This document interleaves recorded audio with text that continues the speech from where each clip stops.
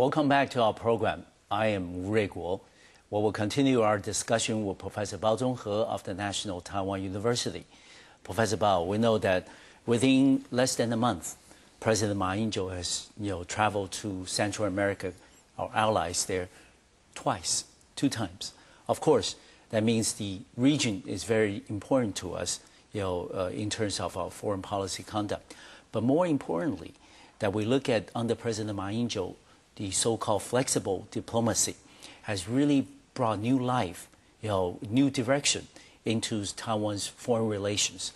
And how do you think that our government is doing in terms of conveying the changes and the progress in cross-strait relations and put it in the context of our foreign relations?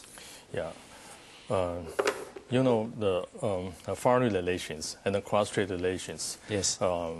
If we look at the past decades of years, it's kind of a zero-sum. Yes. It means always hurt each other. Yes. But now I think in this kind of situation, there's some prospect to change.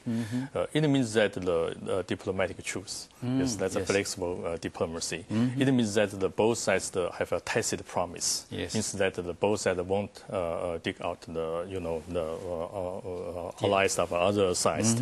So if that promise can be kept, so both sides have this kind of mutual trust, and both sides that go smoothly to develop their own foreign relations and won't hurt each other. No. And then the cross-strait relations continue to be developed smoothly.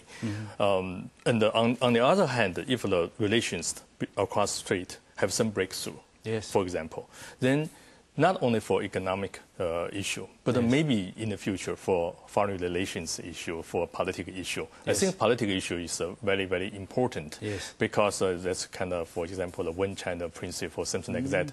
Could we have a more flexible interpretation about that term? So if both sides have are able to reach any consensus, I think that's very good for both sides to deal with each other in the international community. Yes. So I think for foreign relations, that's the first step. Both sides, that's a kind of truce and ceasefire, and let the foreign relation go back to normal, yes, to professional, and not blackmailed by other countries. Yes. So I think that's a very good starting point. Yeah, and also I think what is even more impressive under President Ma Ying-jeou is the fact that he's now trying to change the conduct of our foreign policy. Of course, in the past, many people have turned the conduct of Taiwan's foreign relations as the checkbook diplomacy or dollar diplomacy.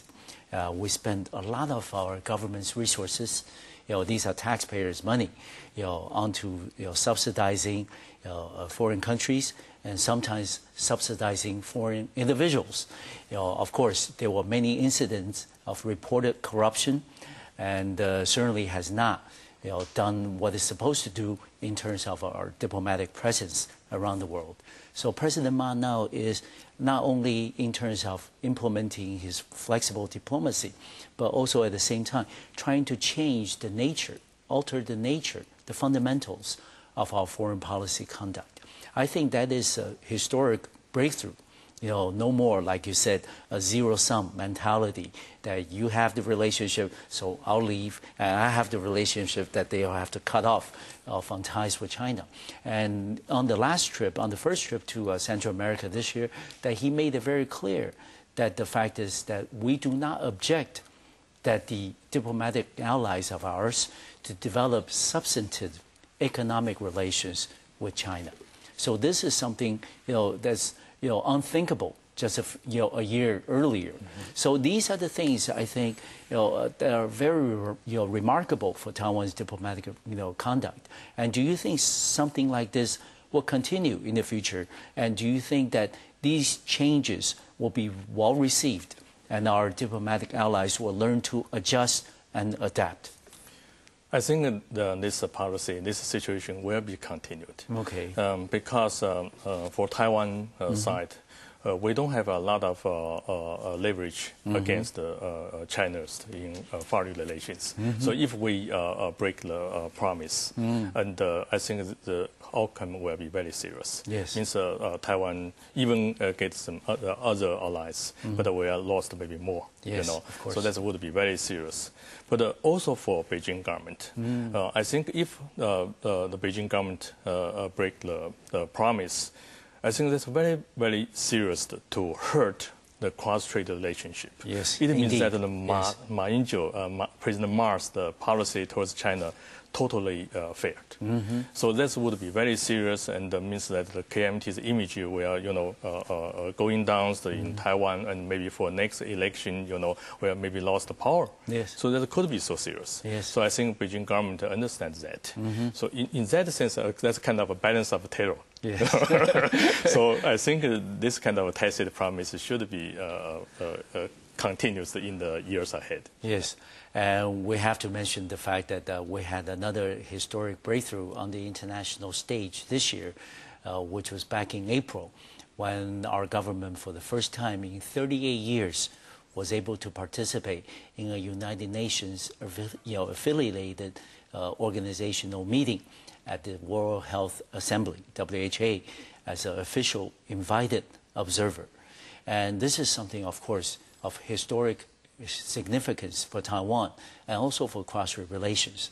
Then, Professor Bau, do you see that in the foreseeable future, maybe we can apply the same kind of experience onto other international organizations, whether it's United Nations affiliated, or is it going to be NGO, non-governmental organizations? Yeah, I think particularly for NGO-based organization, I think it should be very possible. And even for UN-affiliated organization, I think this kind of possibility really, exists. But maybe need more contact, more compromise, and more dialogue.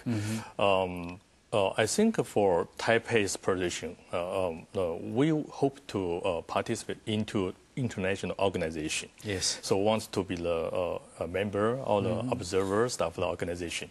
But for Beijing's position, I think that's a little bit tricky. Yes.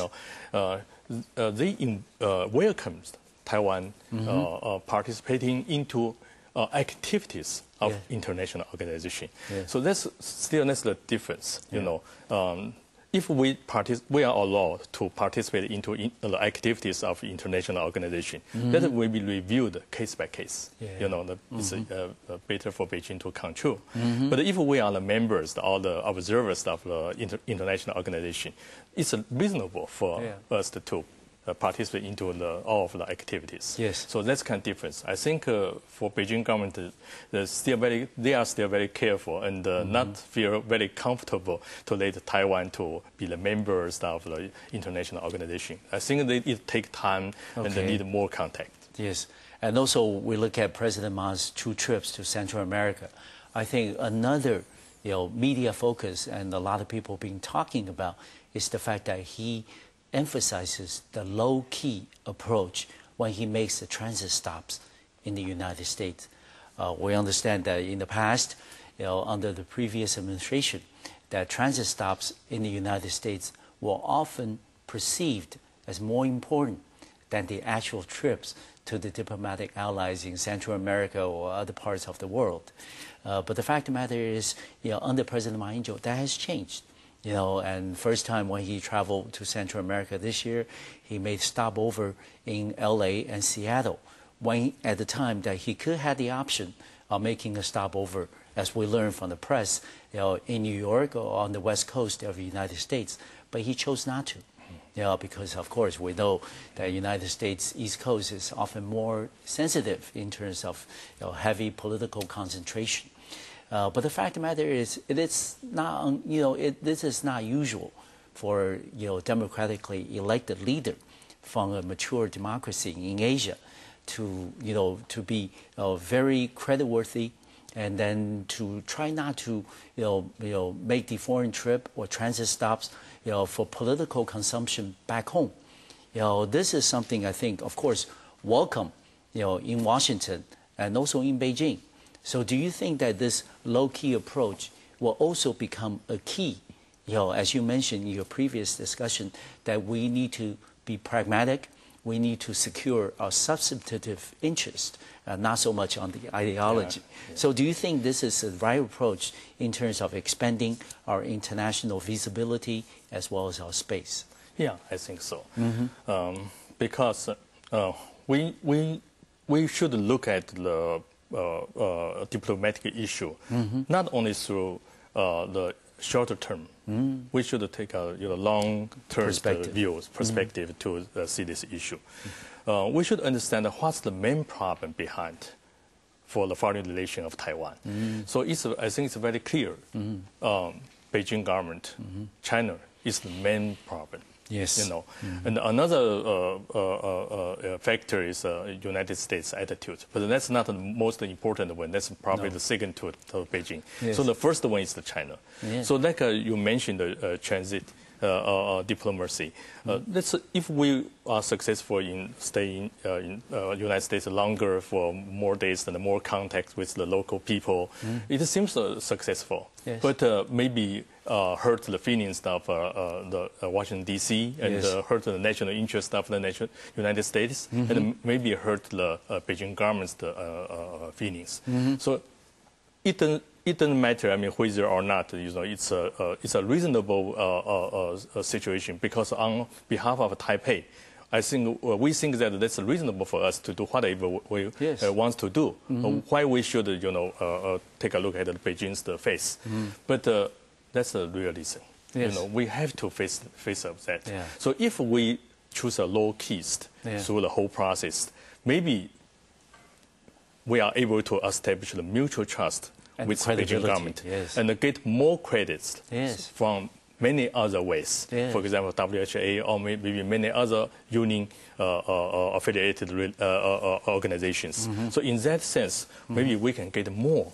So it means that we can enlarge Taiwan's international space, and just as you mentioned, the visibility of Taiwan will be greater in the future. So I think compared with just a very short time, the few days, a few hours stay in United States, I think that this benefit will be much greater. Yes, and also long term. Long term, right? Yes. Yeah. And we're going to take another break, and we'll be right back to the Taiwan Outlook, and we'll continue our conversation with Professor Tzong-Ho Bau of the National Taiwan University. We'll be back in 3 minutes.